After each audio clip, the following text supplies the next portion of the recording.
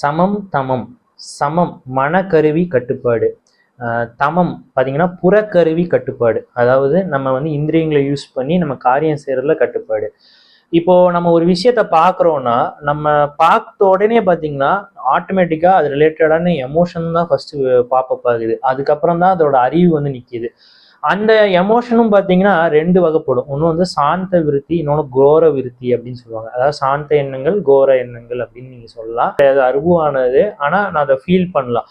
அதுல பார்த்தீங்கன்னா நம்மளுக்கு காமம், அப்புறம் குரோதம், மதம், மாச்சரியம், அப்புறம் லோபம், அப்புறம் மோகம், அந்த மாதிரி நிறைய வந்து உங்களுக்கு இருக்கு.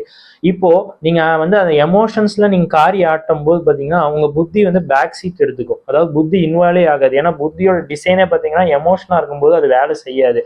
அதனாலதான் கோவமா இருக்கும்போது நம்மளை கூட நீங்க காரியம் செய்யாதீங்க, கொஞ்ச நேரம் அமைதியா இருங்கன்றவங்க ஒரு 2 மினிட்ஸ் கழிச்சு பாத்தீங்கன்னா அந்த கோவ விருத்தி போயிடும்.